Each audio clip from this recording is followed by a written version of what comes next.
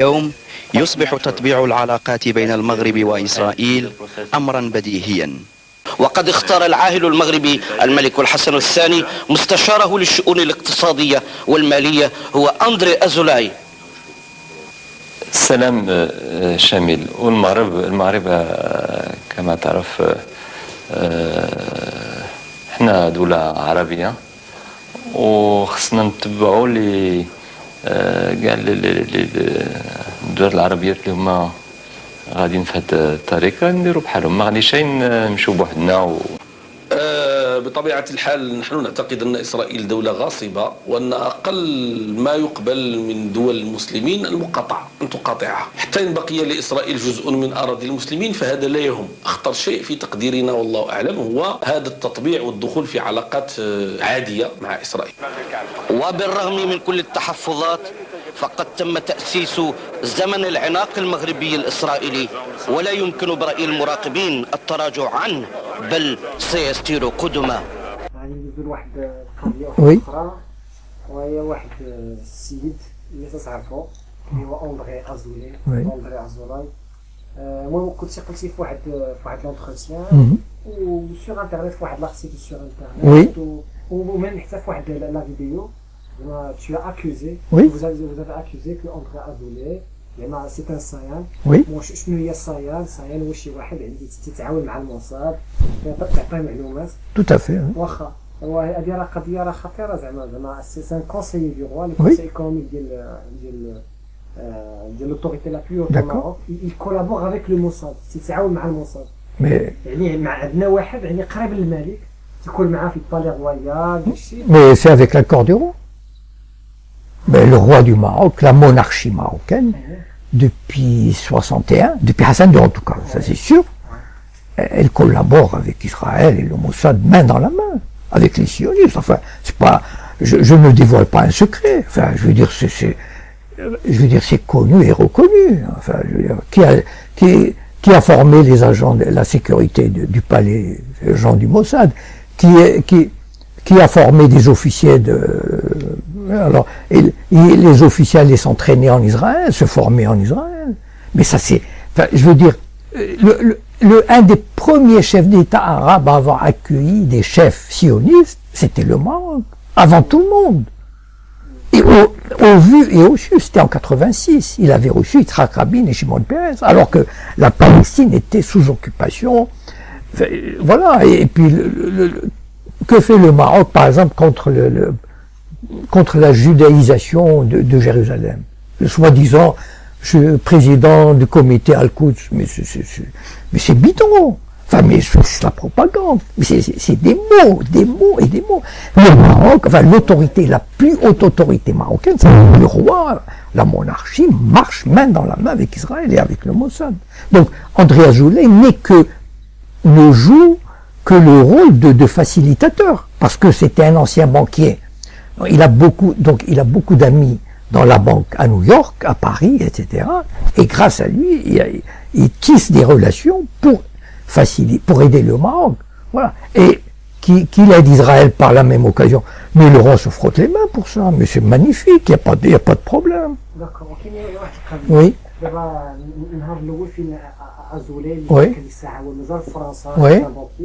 باش عاد غادي يجي للمغرب. واخا واش on a fait appel à lui واش rien que pour la facette. pour le décor باش زعما يبان المغرب c'est un pays ouvert. راه عندنا un conseiller juif. ولا il a été recruté. Les deux. Ah, les deux. Bah probablement, puisque pourquoi les deux? Parce que moi j'étais pas dans le secret des dieux pour savoir. Mais ce qui me fait penser que c'est les deux, c'est que André Azoulay depuis 20 ans, c'est la vitrine. C'est-à-dire, la coïncidence, regardez, le roi, tout le monde, même moi, on me le dit. Regardez, il y a un conseiller. Ah bon? Et les juifs qui continuent à partir, enfin, non, ça ne les intéresse pas. Parce que eux, il y a un conseiller, comme si ça, et alors, mais de tout temps, les monarchies marocaines avaient un conseiller juif. Je veux dire, au XVIIe siècle, au XVIIIe, mais alors, non. Et, bon, d'abord, ça donne cette image. Et puis, il organise des colloques, etc. Ça entretient. C'est très important, cette image. Le Maroc bénéficie de cette image. Le Maroc cherche des appuis auprès de qui? auprès de l'Amérique et de la France, en particulier. Et au Moyen-Orient, auprès de l'Arabie Saoudite et du Qatar. Les monarchies du Golfe sont les meilleurs alliés d'Israël et de l'Amérique. Donc, il est en plein dans cette dynamique. Voilà. Et, comment dire, il est très probable que ça a joué le fait que André Azoulay soit parti au Maroc pour jouer ce rôle de Sayan. C'est-à-dire, moi j'ai expliqué, on m'a demandé dans une interview, en quoi consiste ce rôle de Sayan. Bon, voilà. Et ce rôle de Sayan consiste à faire en sorte que Israël gagne une légitimité auprès des pays arabes très importants, gagne une certaine reconnaissance internationale, une légitimité, sans rien concéder. Et il a réussi à merveille. Enfin, je veux dire, pour moi, c'est un Sayan parfait. Il a rempli sa fonction de manière extraordinaire, puisque le Maroc est un pays qui a pratiquement déroulé le tapis rouge devant Israël. Il faut pas croire les trucs qui disent oui, bon, on va rompre les relations, on va les geler. Bon, tout ça, c'est pour la galerie, parce qu'ils sont obligés de faire ça. Parce que l'opinion publique elle est remontée contre Israël. Mais en sous-main, on fait tout pour faciliter la pénétration d'Israël dans le monde arabe sans rien concéder. Encore une fois, c'est ça qui est important. Voilà. Ils ont fait ça en Tunisie, ils ont fait ça en Mauritanie. Pourquoi la Mauritanie, il y a quelques années, a accepté l'ouverture de relations diplomatiques? Qu'est-ce qu'elle a à voir la Mauritanie avec Israël? Eh bien, parce qu'on a dû lui dire, on a dû voir le chef, écoute, tu veux un prêt du FMI, tu veux, et il faut, voilà. Et, bon, le Maroc, on peut pas lui demander ça encore, parce que c'est trop gros. Mais, quand même, le comité Al-Quds, il est là, justement, probablement avec la bénédiction israélienne et américaine. Le comité Al-Quds, il est là pour freiner tout ce qui peut contrarier les projets israéliens. C'est-à-dire, en fait, quelle est la technique arabe jusqu'à présent? C'est-à-dire, des dictateurs arabes qui sont complices. Quel est aboyer très fort et laisser passer les choses concrètement. Voilà. Aboyer très fort. Voilà, ça c'est très important. Contre l'annexion de Jérusalem, la judaïsation, mais surtout ne rien faire.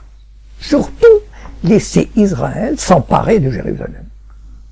Franchement, quand on voit 50 pays islamiques, 50 qui luttent contre la judaïsation de Jérusalem, quand on voit l'état de Jérusalem aujourd'hui,